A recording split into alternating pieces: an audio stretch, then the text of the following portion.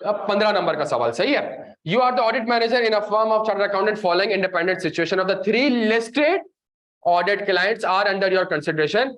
The clients management, अच्छा सवाल की रिक्वायरमेंट है ब्रीफली, अगर मैं देखूं तो सवाल में क्या मेंशन है मुझे ये देखना है, उसके बाद मैंने क्या करना है, इसको इवेल्युएट करना है, फिर उसके बाद मैंने क्या करना है, इसके इंपैक्ट को असेस करना है on the audit report including की, और ये मेरे आंसर का स्ट्रक्चर होगा प्यारे बच्चों। अच्छा, you are the audit manager in a firm of chartered accountant following independent situation of 3 listed audit clients are under your, the client management has refused to provide written representation about management responsibility। Evaluate करना है, evaluate के लिए कौन सा आइजा जल्दी से बता दें, आइजा 580। आइजा 580 कहता है रिटर्न रिप्रेजेंटेशन आपके ऑडिट एविडेंस को क्या करता है, सपोर्ट करता है, जिससे आपको क्या ऑब्टेन हो जाता है। लेकिन अगर मैनेजमेंट आपको रिटर्न रिप्रेजेंट प्रोवाइड नहीं करेगी तो आपको sufficient appropriate audit evidence obtain किस चीज के ऊपर नहीं होगा, मैनेजमेंट की रिस्पॉन्सिबिलिटी। इसके ऊपर क्या रिटर्न रिप्रेजेंटेशन ऑब्टेन करता हूं मैं, to prepare FS in accordance with and to provide, प्यारे बच्चों एक कॉन्सेप्ट डिलीवर किया था जबरदस्त, टू प्रोवाइड। अगर मैनेजमेंट आपको इनके ऊपर रिटर्न रिप्रेजेंटेशन प्रोवाइड नहीं करेगी तो आपको सफिशिएंट एप्रोप्रिएट ऑडिट एविडेंस नहीं मिलेगा कि क्या एफएस आईएफआरएस के हिसाब से बने हैं या नहीं बने, और क्या मैनेजमेंट ने सारी की सारी इंफॉर्मेशन आपको प्रोवाइड। प्यारे बच्चों रिपोर्ट में मटेरियल कुछ नहीं, इसमें तो सिर्फ एक ही काम, क्या काम, डिस्क्लेमर। और जब आप डिस्क्लेमर देंगे तो की ऑडिट मैटर में कैम की हेडिंग तक नहीं आएगी, इंपैक्ट ऑन की ऑडिट मैटर, तो कैम की हेडिंग तक नहीं आएगी। ये हम पढ़ते थे नॉर्मली, याद है कि डिस्क्लेमर में ये करेंगे, एडवर्ड्स में ये, तो वो आपसे ये थोड़ी कह रहे हैं कि डिस्क्लेमर में बताएं कैम देंगे कि नहीं देंगे, वो तो सवाल ऐसा पूछ रहा है जिससे आपको असेस करना है, क्या असेस करना है कि इसमें डिस्क्लेमर है या नहीं, और क्यों है डिस्क्लेमर। जब डिस्क्लेमर देंगे तो की ऑडिट मैटर का सेक्शन नहीं आएगा। क्या यहां तक बात समझ आती है भाई, क्लियर है हम सारे यहाँ पे, किसी ने गलती करी थी यहाँ पे कोई, जी मेरे भाई।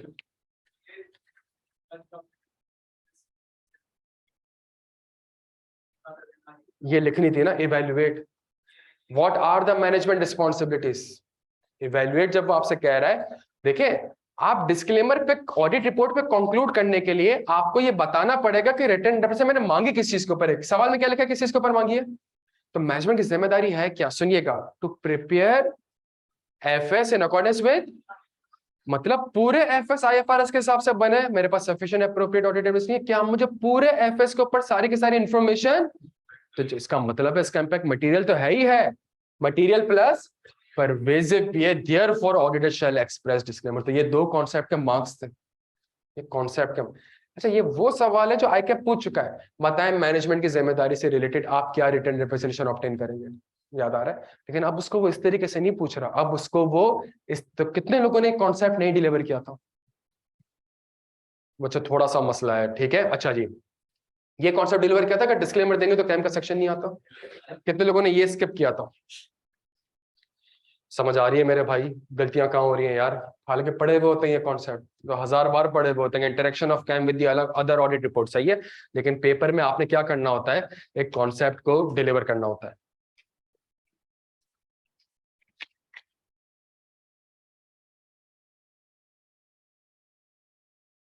पार्ट बी आ जाए, ये पार्ट ए हो गया। Power generation limited has used the fuel price as at 30 June 2022 to value its, हाँ जी, क्लोजिंग फ्यूल इन्वेंट्रीज।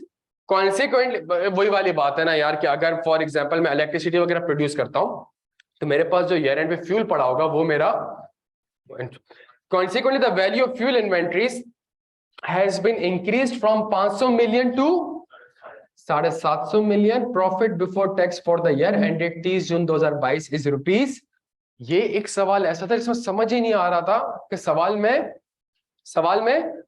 में मसला है क्या, सही है, इसमें समझ ही नहीं आ रहा था कि सवाल में वो कहना क्या चाह रहा है। अच्छा एक चीज बड़ी क्लियर है, एक सुनिएगा यार, आ जाए, एक चीज बड़ी क्लियर है, इन्वेंट्री है तो 500 पे रिकॉर्ड होगी कि 750 पे रिकॉर्ड होगी, 500 पे रिकॉर्ड हो गया, 750 पे।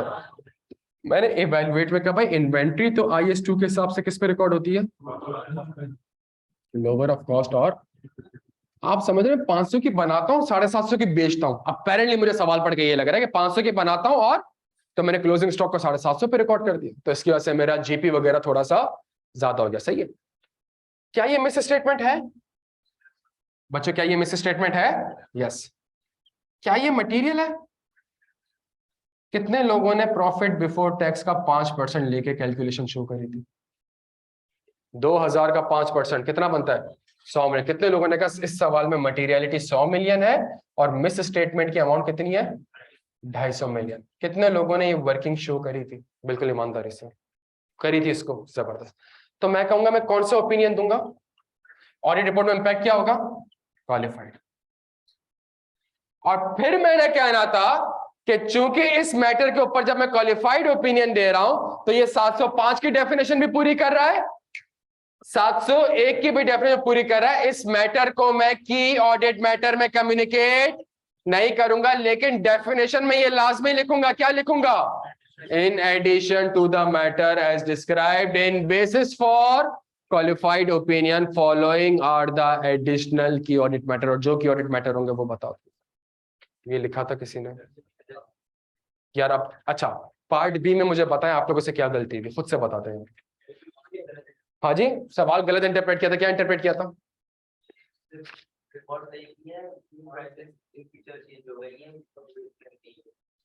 हाँ जी लड़के, तुमने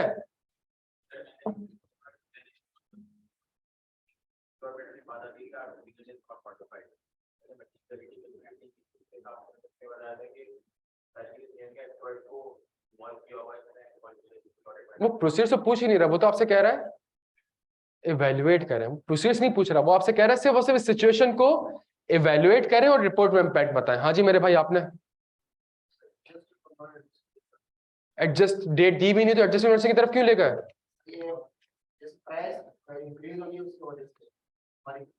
नहीं ना यार, सवाल में डेट्स मेंशन ही नहीं है तो एडजस्टिंग नॉटिसिंग पे कैसे ले गया मैं? एज अ 560 कैसे अप्लाई कर दिया? हाँ भाई आपने कैम क्या यहां तक बात समझ आ रही है? अच्छा, मैं जब सवाल कंप्लीट करूंगा ना तो पार्ट बी को मैं कहूंगा कि मेरा आंसर सही है, मुझे अगर आप सवाल कंप्लीट कर लेते हैं। पार्ट सी पढ़े। Based on the detailed assessment, the management of Walmart Limited believes that the WL may not be a, consequently they have prepared the FS on a, तो evaluate करूं तो IS1 कहता है कि going concern basis appropriate नहीं है, तो FS किस बेसिस से बनाने? मतलब वही लिक्विडेशन बेसिस या और, लेकिन सवाल में एक एडिक्वेट डिस्क्लोजर भी जाना चाहिए, ये पता है हम सबको। या तो मैनेजमेंट ऐसा करेगी या ऐसा। अगर मैनेजमेंट ऐसा कर देती है तो मैं कौन सा ओपिनियन दूंगा? Unmodified opinion. लेकिन इस मैटर को मैं कहां कम्युनिकेट कर सकता हूं? नहीं की ऑडिट मैटर में। लिस्टेड क्लाइंट है, लिस्टेड क्लाइंट है, पढ़ा था ये हमने और एक बॉक्स बनाता था, मैं कहता था क्वेश्चन मार्क है, गोइंग कंसर्न पढ़ा था कि जब हम आगे पढ़ेंगे रिपोर्टिंग तो उस वक्त हम इस चीज को देखेंगे। अगर अनलिस्टेड होता तो इंफेसिस ऑफ मैटर पैराग्राफ आता, अगर लिस्टेड है। इससे इंपॉर्टेंट मैटर तो आपका 706 तो तब अप्लाई होगा जब कोई ऐसी चीज जो 700 में कम्युनिकेट हो पा रही है, ना 701 से कम्युनिकेट हो पा रही है, ना 705 से कम्युनिकेट हो पा रही है, ना 570 से कम्युनिकेट हो पा रही है। तब किससे कम्युनिकेट होगी? किसी ने material uncertainty relating to going concern तो नहीं लिखा था? किसी ने लिखा था? बता दे मेरे भाई, कॉन्सेप्चुअली वीक हो बहुत। ऐसा है, समझ आ रही है बात? मटीरियल अनसर्टेनिटी तब आती है जब एफएस किस बेसिस पे बनते हैं? गोइंग कंसर्न बेसिस में बनते हैं और मैनेजमेंट एडिक्वेट डिस्क्लोजर दे देती है। जब FS he going concern basis पे नहीं बन रहे तो अनसर्टेनिटी किस चीज की? बंद करने जा रहा हूं कंपनी 3 महीने बाद यार मैं। अब अनसर्टेनिटी थोड़ी, अब तो 100% वर्चुअली सर्टेन भी नहीं, अब तो 100% सर्टेन है। क्या सर्टेन है? कंपनी बंद होगी। तो मटीरियल अनसर्टेनिटी किस चीज की यार? हाँ, अगर मैनेजमेंट ऐसा नहीं करती तो मैं कौन सा ओपिनियन दूंगा? एडवर्स। और जब मैं एडवर्स ओपिनियन दूंगा, जब मैं एडवर्स ओपिनियन दूंगा तो इस मैटर को क्या अब भी की ऑडिट मैटर में कम्युनिकेट करूंगा? नहीं, लेकिन डेफिनेशन में लाजमी लिखूंगा क्या?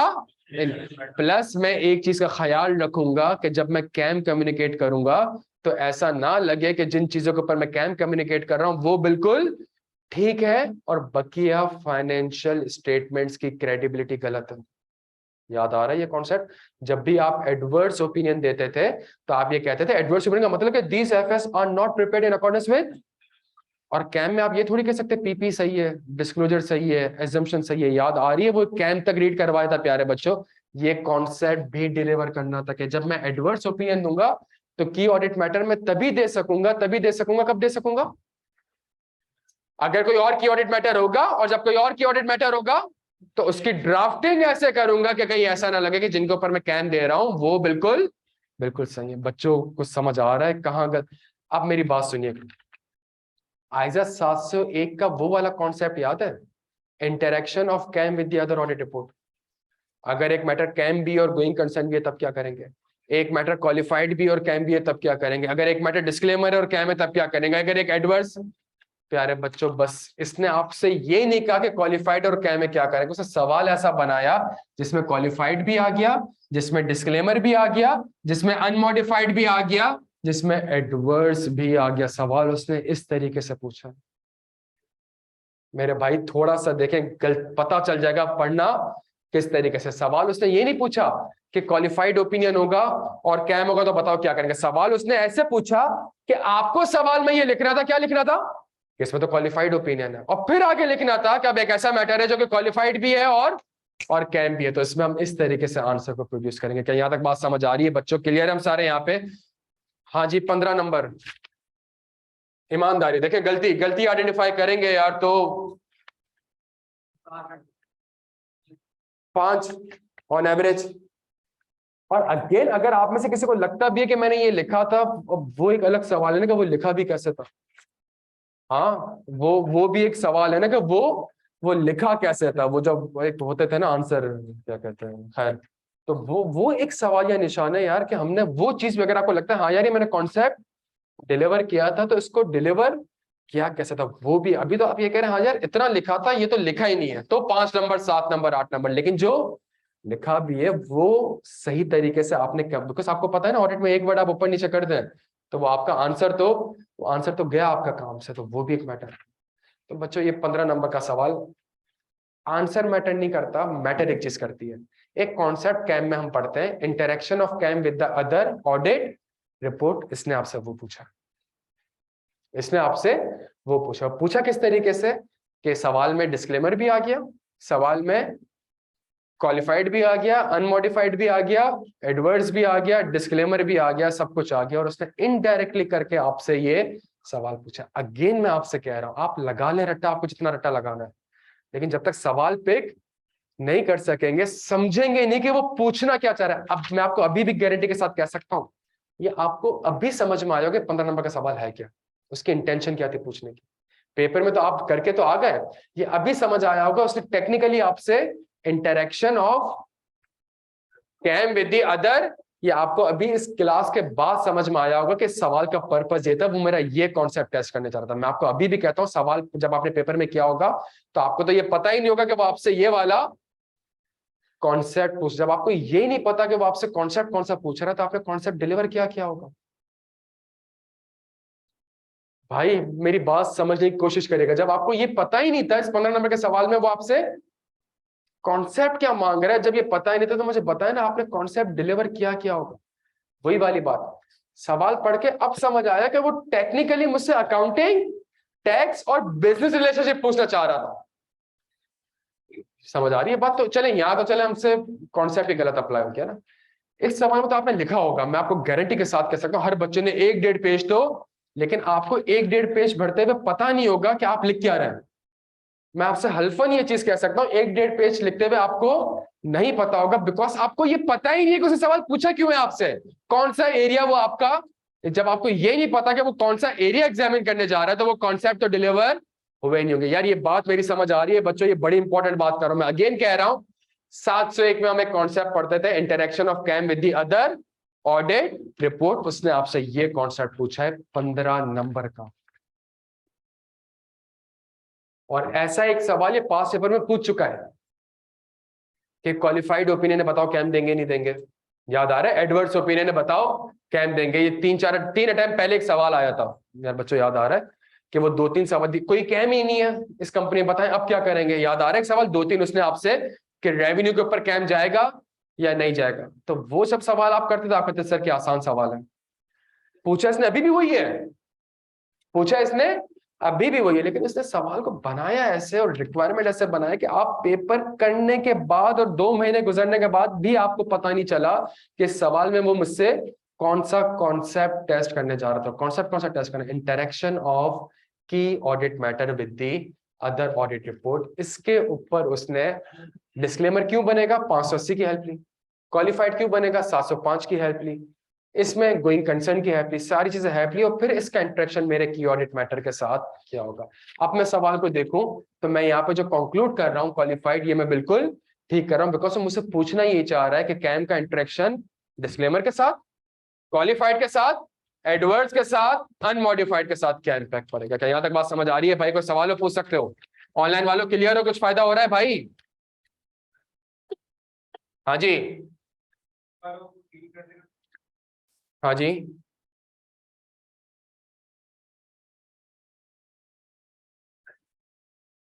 हमेशा याद रखिएगा मेरे भाई, जब तक आपको आइजा का एक कंप्लीट ओवरव्यू नहीं पता होगा ना, एक कंप्लीट, देखिए हमेशा याद रखिएगा, हमेशा याद रखिएगा, पेपर करने की भी एक टेक्निक होती है, सोचने भी एक टेक्निक होती है। पेपर आपका आंसर सही है या गलत है ये सेकेंडरी चीज है। मैटर क्या करता है कि आपने सोचा कैसे है, ये समझ। देखिए अभी भी बच्चा कह रहा है 5-7 मार्क्स मिल जाएंगे, लेकिन जब मैंने उससे अभी बात करी कि क्या आपने ये सोचा कि वो आपसे ये वाला कॉन्सेप्ट आपने नहीं सोचा हुआ, जब सोचा ही नहीं आपने, तो मतलब 8 नंबर तो आपके गए यहाँ पर। कोड ऑफ एथिक्स में 7 नंबर गए, कंफर्मेशन में 6 नंबर, 20-25 नंबर चले गए यार सिर्फ 3 सवालों में। तो फिर क्या क्या चांसेस है पास होने की? तो ये बड़ा मैटर करता है कि अगेन, चलिए मैं साथ साथ स्ट्रेटजी भी डिस्कस कर लेता हूँ। हमेशा एक चीज याद रखिएगा बच्चों, हमेशा एक चीज याद रखिएगा,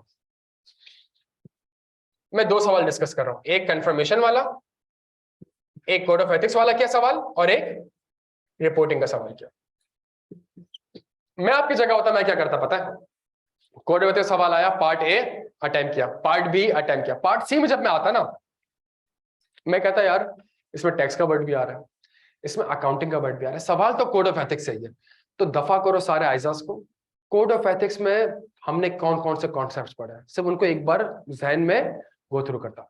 फाइनेंशियल इंटरेस्ट नहीं लग रहा, लोन्स एंड गारंटी नहीं लग रहा, फैमिली एंड पर्सनल रिलेशनशिप नहीं लग रहा, सही है, लॉन्ग आउटस्टैंडिंग फीस नहीं लग रहा, सही है। मैं इस तरह चलते रहता, मैं कहता preparation of accounting records and FS, में कहता यार थोड़ा सा रिकॉल करता हूँ, preparation of accounting record FS में सर कहते थे कि यार आप कंपनी के ट्रायल बैलेंस से उसका फाइनेंशियल स्टेटमेंट्स भी बना सकते हो, यहाँ तो मैनेजमेंट अकाउंट्स बन रहा है यार, तो इसमें तो preparation of accounting records and FS भी लग रहा है, पहली चीज। अच्छा और आगे चलता हूँ, एम्प्लॉयमेंट विद क्लाइंट, नहीं क्लाइंट से एम्प्लॉयमेंट नहीं हो रही। रिसेंट सर्विस विद क्लाइंट, यार रिसेंट सर्विस विद क्लाइंट लग रहा है कि नहीं लग रहा यार? रिसेंट विद क्लाइंट तो तब होती थी जब वहां पे बंदा एम्प्लॉय, यार एम्प्लॉय तो है नहीं वहां पे, एम्प्लॉय तो है नहीं वहां पे, तो वहां पे है क्या यार? वहां पे सर्विसेज प्रोवाइड कर रहे हैं, सर्विसेज प्रोवाइड कर रहे हैं मतलब पैसे कमा रहे हैं, पैसे कमा रहे हैं तो मतलब क्या है? अच्छा यार बिजनेस रिलेशनशिप है यार, तो अपेरेंटली इन 4-5 में से ये मुझे एक आंसर लग रहा है। यूं जब आप सोचेंगे ना प्यारे बच्चों, और अगेन अभी भी आपको वो बात कर रहा हूं जो इंशाल्लाह पेपर पास करेगी, जितने भी सवाल की प्रैक्टिस करो ना, जितने भी, अनफॉर्चुनेटली ऐसे सवाल आपको पास पेपर्स में इतने ज्यादा नहीं दिखेंगे, हम सबको पता है ना, सही है। तो अगर आप जब भी प्रैक्टिस करो ना, हमेशा प्रैक्टिस करो ही ऐसे, ओवर कॉन्फिडेंट होकर प्रैक्टिस ना करो कि recent service with client, employment with client, और आंसर मैच भी कर रहा होगा। थोड़ा सोचो कि मैंने रिसेंट सर्विस विद क्लाइंट क्यों लिखा है, अगर सवाल में यूं लिखा होता तब मेरा आंसर क्या होता। थोड़ा सा जब तक खेलोगे नहीं चीजों के साथ। दूसरी टेक्निक कंफर्मेशन, जब कंफर्मेशन से सवाल आ गया तो मतलब सवाल 505 का ही है और कोई आइजा नहीं है, तो 505 है तो ठीक है, 505 में क्या पढ़ा था यार, ये 2 चीजें पढ़ी थी। हाँ यार अपेरेंटली ऐसा लग रहा है कि आंसर मेरा कहां से बन रहा है, डिजाइन ऑफ एक्सटर्नल कंफर्मेशन से, सही है। 3-4 पॉइंट्स है, 1-2 पॉइंट्स जेनेरिक है, वो मैं लिख के आगे आगे बढ़ सकता हूं। क्या यहां तक बात समझ आती है? ये जो सवाल था रिपोर्टिंग का, तो आपने बड़ा गौर से सवाल में आपने इन्वॉल्व होना है, और सवाल में इन्वॉल्व होकर आपने ये असेस करना है कि रिपोर्टिंग का अगर सवाल है तो वो मुझसे कह रहा है मुझे रिपोर्ट में भी इंपैक्ट बताओ along with the impact on की ऑडिट मैटर। तो अगर रिपोर्ट में इंपैक्ट बताना है तो रिपोर्ट में तो ये इंपैक्ट हो सकता है, मतलब मैं अगर आपकी जगह होता मैं करता क्या, मैं कहता रिपोर्ट में क्या क्या इंपैक्ट हो सकता है। रिपोर्ट अनमोडिफाइड भी हो सकती है, रिपोर्ट जल्दी जल्दी जल्दी क्वालिफाइड भी हो सकती है, रिपोर्ट डिस्क्लेमर। रिपोर्ट में मटेरियल से रिलेटेड टू गोइंग कंसर्न भी हो सकता है, रिपोर्ट में ईओएमपी भी हो सकता है, रिपोर्ट में ओएमपी भी हो सकता है। और वो कह रहा है कि रिपोर्ट के ये इंपैक्ट बताओ, इंक्लूडिंग द इंपैक्ट ऑन की ऑडिट। तो यार ये तो वो है कि इंटरेक्शन ऑफ की audit matter with the other audit reports. अगर मैं आपकी जगह होता तो फिर मैं कहता ठीक है यार, ये बताता रहूंगा, इसके लिए मुझे 701 की जरूरत नहीं है, तो मैं 705 के हिसाब से बताता रहूंगा। और फिर इसका इंपैक्ट मैं 701 में जो मैंने, तो ये मेरे पास एक बाइबल होगा जिसको मैंने सामने रख के एक अच्छा आंसर ड्राफ्ट करना है। क्या यहाँ तक बात समझ आ रही है? तो स्ट्रेटेजी आपकी ये होनी चाहिए कि आप ड्राफ्टिंग इस तरीके से करो। मैं अगेन आपसे कहता हूं, जब तक लिख के प्रैक्टिस, आप में से मैं 1000 बार आपसे कह सकता हूँ, वो रिपोर्टिंग इंट्रैक्शन वाला आपको रटा हुआ होगा, पिन पॉइंट पे होगा, आपको पता होगा, कॉन्सेप्चुअली पता होगा, सब कुछ पता होगा, लेकिन फायदा कुछ नहीं इन सब चीजों का जब तक आप सवाल ही पिक नहीं कर रहे हो, उसको लिख नहीं रहे। बच्चों डन हो गए यहाँ पे? अच्छा जी, ऑनलाइन वालों क्लियर आप? अच्छा जी,